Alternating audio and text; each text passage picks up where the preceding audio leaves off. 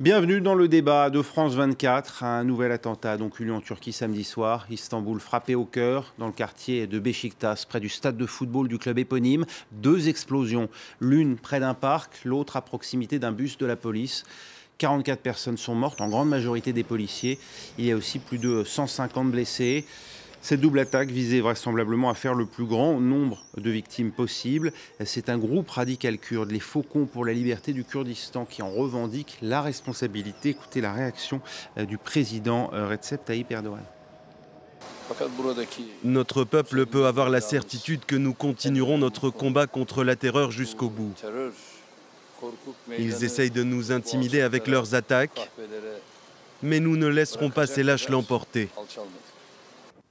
Et on en parle avec à mes côtés en plateau Emre Demir. Bonjour, vous êtes journaliste, ancien rédacteur en chef de Zaman France, disparu suite à des menaces après la fermeture de votre journal en Turquie sur décision des autorités. Ça faisait suite au coup d'État manqué du 14 juillet dernier.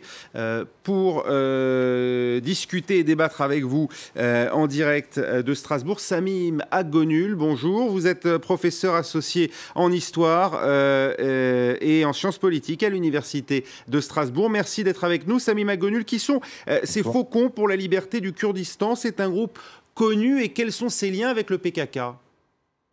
Écoutez, c'est tout un débat. C'est un débat qui existe depuis il y a 5 ans, on va dire, quand ils ont apparu. Pour certains, il s'agit d'un bras armé du PKK à l'intérieur de la Turquie pour commettre des attentats dans des zones urbaines. Pour d'autres, il s'agit des dissidents de PKK qui trouvent que le PKK est très mou dans sa lutte avec le pouvoir turc et donc qui outrepasse les ordres du PKK et qui passe à l'acte à l'intérieur de la Turquie. Quoi qu'il en soit, il y a effectivement un certain nombre d'attentats qui ont été revendiqués par le TAK, donc les Faucons de la liberté du Kurdistan, mais ce qui est assez étonnant, c'est qu'il existe un attentat en tout cas qui a été revendiqué à la fois par les Faucons donc, de la liberté du Kurdistan, mais également par le Daesh, le même attentat. Le même attentat. Donc il y a une grande confusion qui règne sur la responsabilité de ces attentats. Quoi qu'il en soit, effectivement, il y a eu 33 attentats depuis juillet 2015 en Turquie et près de 500 morts, dont près de 400 sont des morts civiles. Il existe un véritable chaos et des lacunes de sécurité indéniables. Emre Demir, on est certain de la responsabilité de ce groupe qui revendique l'attentat? Écoutez, c'est probable. Je peux ajouter aussi que même si nous n'avons pas assez de preuves, on peut dire que c'est un groupe, c'est une branche semi-autonome, partiellement autonome du PKK, qui partagent la même idéologie, le même agenda politique, mais qui se différencient dans leur mode opératoire. Donc, et TAK, principalement, ils visent des métropoles, surtout des officiers de police, mais aussi des civils. Et donc, vu le contexte actuel en Turquie, à la fois la répression contre le parti politique kurde et à la fois la prise de la ville d'Al-Bab en Syrie, donc une ville stratégiquement très importante pour le Kurde. Donc ça peut, c'est une option assez importante. Donc je trouve probable que TAK a pu faire un tel attentat.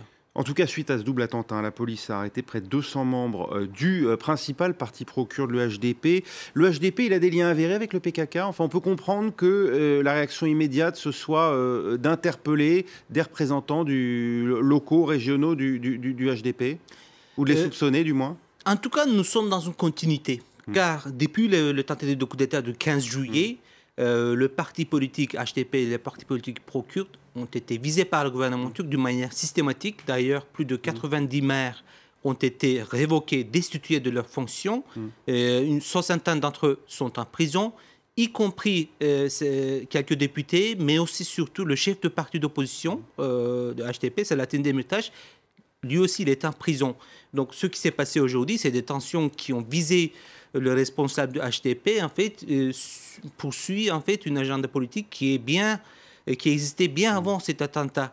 Et par rapport à votre question, le lien entre le HDP et le PKK, il est évident que le HDP défend à peu près les mêmes positions, mais on ne peut pas accuser en fait les députés de l'HDP de commettre la violence. Donc, la différence est claire par rapport à leurs actes. Donc, ils sont dans un combat politique tout à fait légitime. Sami Maghonul, le pouvoir, on le sait, tient en défiance le HDP depuis effectivement plusieurs semaines déjà. Les responsables nationaux du HDP font l'objet aujourd'hui d'accusations et seront certainement jugés. Les autorités soupçonnent plus généralement ce parti de relayer la propagande du PKK. D'abord, est-ce que c'est vrai et est-ce que c'est un facteur suffisant pour mettre en prison un certain nombre de ces cadres ? Non, ça n'est pas vrai et ça n'est pas un facteur suffisant pour aller vite. Cela dit, il faut aller un peu plus loin. Ça n'est pas depuis quelques semaines que le pouvoir a dans son viseur le HDP, mais depuis les élections de juin 2015 où le HDP, qui est en réalité une coalition où la locomotive est véritablement certainement le mouvement politique kurde, mais qui réunit l'ensemble de la gauche socialiste et la gauche libérale, ainsi que la société civile, les féministes, les défenseurs de droits humains, les défenseurs des minorités. Et donc, à partir du moment où le HDP a obtenu 13% des voix et s'est installé dans l'Assemblée nationale turque avec approximativement 80 députés, privant de ce fait l'AKP au pouvoir de ne plus détenir seul le pouvoir, à partir de ce moment-là, la spirale de la violence a commencé et la criminalisation de HDP a commencé. Je vous rappelle que juste après les élections de juin 2015, en juillet 2015, il y a eu l'attentat de Suruç, perpétré par le Daesh probablement, et prétextant cet attentat, les autorités en Turquie ont visé non seulement les bases de Daesh, mais très timidement, mais également les bases kurdes à l'extérieur de la Turquie et à l'intérieur de la Turquie. Et depuis, des villes entières sont encerclées, sont détruites. Il y a une interdiction de sortir dehors dans l'ensemble des villes du Kurdistan turc, ce qui fait que le HDP est devenu le bouc émissaire de l'ensemble de cette violence. Le résultat, il y a eu le renouvellement des élections, l'AKP a repris le pouvoir de plus belle, et à partir de ce moment-là, une répression a commencé, maintenant prétextant la tentative de coup d'État de juillet 2016. Actuellement, l'ensemble de la politique légitime, je vous rappelle que le HDP est un parti qui est toujours dans l'Assemblée nationale turque, qui n'est pas interdit. L'ensemble de la politique légitime est bouché, est interdit, et les autorités en Turquie ne laissent plus de possibilité aux Kurdes de Turquie de faire de la politique à l'intérieur même de la frontière de la Turquie et de les poussent à la violence. Et cette provocation, si j'ose dire, est répondue immédiatement par le PKK et par le TAK en question. Il y a un jeu de dupes entre les deux parties, et malheureusement, le prix est payé par des innocents qui sortent des matchs de foot ou alors qui sont en train de marcher dans des rues d'une ville ou d'un village en Turquie. Cette répression par les autorités, Sami Maghonul, du HDP, elle ne justifie pas évidemment la campagne d'attentats menée par le PKK et le TAK. Pourquoi est-ce que ces mouvements radicaux, violents, prennent le risque finalement de faire porter sur leur aile politique, ou en tout cas sur la représentante politique de la communauté turque, de la communauté kurde, en Turquie, la répression du pouvoir par cette campagne d'attentats? Mais justement parce que ça n'est pas leur aile politique. Ça n'est pas l'aile politique du PKK qui est au pouvoir, qui est sur l'HDP. HDP est un parti politique légal en Turquie, avec une coalition de défenseurs de droits humains. Et le HDP, l'existence même du HDP, gêne non seulement le pouvoir en place, mais également les tenants de la violence à l'égard de la violence parmi les Kurdes, dont le PKK et TAK certainement, qui voyaient de mauvais œil la réussite politique, politique au sens noble du terme du HDP. Justement parce que le HDP ne peut pas être considéré comme l'aile politique du PKK ou du TAK, on ne sait pas ce que c'est exactement d'ailleurs, qu'il est coincé entre les deux tenants de la violence, d'un côté le pouvoir en place à Ankara, de l'autre côté, donc voilà, ce qu'on peut appeler les terroristes, les violents, le bras armé du mouvement kurde. Donc le HDP est pris en tenaille entre ces deux battants-guerre. C'est votre avis aussi, Emre Demir, le PKK et TAC n'ont finalement pas intérêt à voir le HDP émerger en tant que force politique et cherchent d'une certaine manière par leur campagne violente, leur campagne d'attentat, à ce que le bâton de la répression retombe sur ce groupe politique? Bien sûr. Là, par exemple, on pointe la responsabilité du gouvernement turc d'Erdogan depuis juin 2015. C'est vrai que les campagnes ultranationalistes, les campagnes militaires contre les Kurdes ont servi au pouvoir, certes, mais le PKK aussi a sa part de responsabilité, car le PKK, depuis juin 2015, ils ont suivi un agenda politique maximaliste, ultra-violent, qui ont aidé finalement aux agendas politiques de l'AKP, et que tous ces actes sont inadmissibles. Bien sûr, ce sont les Kurdes qui payent le premier prix. Ce sont plus de 300 000 Kurdes qui ont été obligés de se déplacer à l'intérieur de la Turquie, qui ont quitté leur ville. Donc les villes entières ont été détruites en Turquie. Donc la part de la responsabilité du PKK est grande. Et qu'il faut savoir que le principal dirigeant du PKK n'était pas très content en fait, de l'essor du figure de Selahattin Demirtas.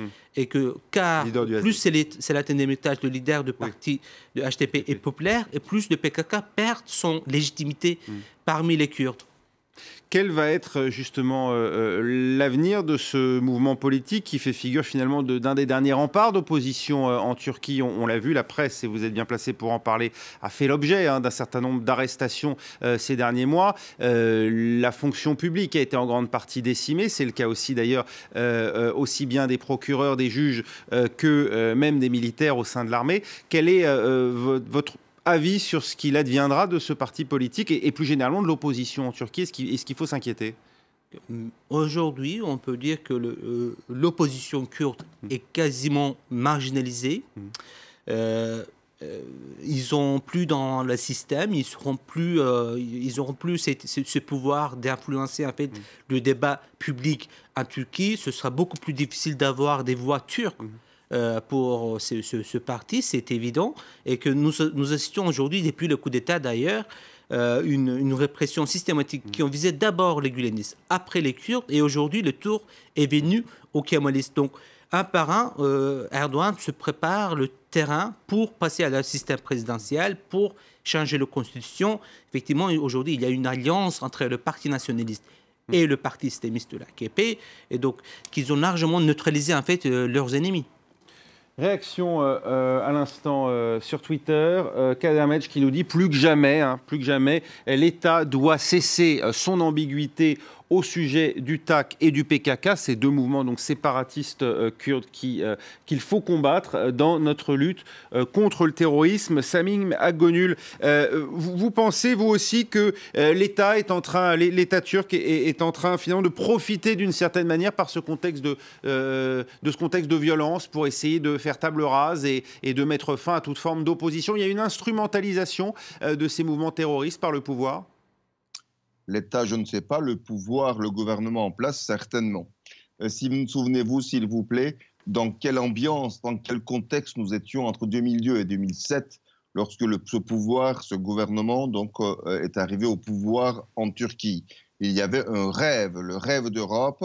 En 2005, les négociations avec l'Union européenne avaient commencé. Et ce rêve d'Europe a viré au cauchemar à partir de 2010, à partir du moment où l'AKP a obtenu véritablement l'appareil de l'État, l'ensemble de l'appareil de l'État. Et aujourd'hui, l'AKP a très bien compris qu'une politique apaisée, où les débats ne seront plus identitaires mais sur des questions sociales, profite à des forces d'opposition dont le HDP, et qu'il valait mieux de suivre une politique identitaire en divisant entièrement la société en Turquie entre sunnites et alévis, entre kurdes et turcs, entre musulmans et laïcs, entre machistes et ceux qui défendent les droits des femmes, etc., etc. Donc cette politique identitaire divisant la société profite au gouvernement, au pouvoir en place, et parfois même provoqué par ce pouvoir. Cela dit, il ne faut pas négliger la responsabilité de ces mouvements armés également, qui sont à l'intérieur et à l'extérieur de la Turquie,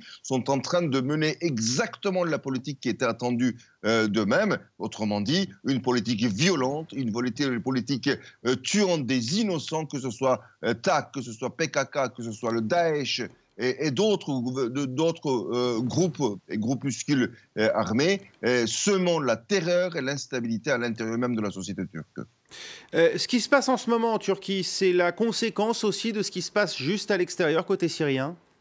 Certainement, bien entendu, c'est directement lié. C'est directement lié. Aujourd'hui, on ne peut plus analyser la politique intérieure de la Turquie sans des erreurs monumentales qui ont été effectuées à l'égard de la politique étrangère, notamment dans le Proche-Orient. À partir des printemps arabes, des printemps arabes, le pouvoir en Turquie, notamment le président, a rêvé de devenir le leader des frères musulmans dans l'ensemble du Proche-Orient.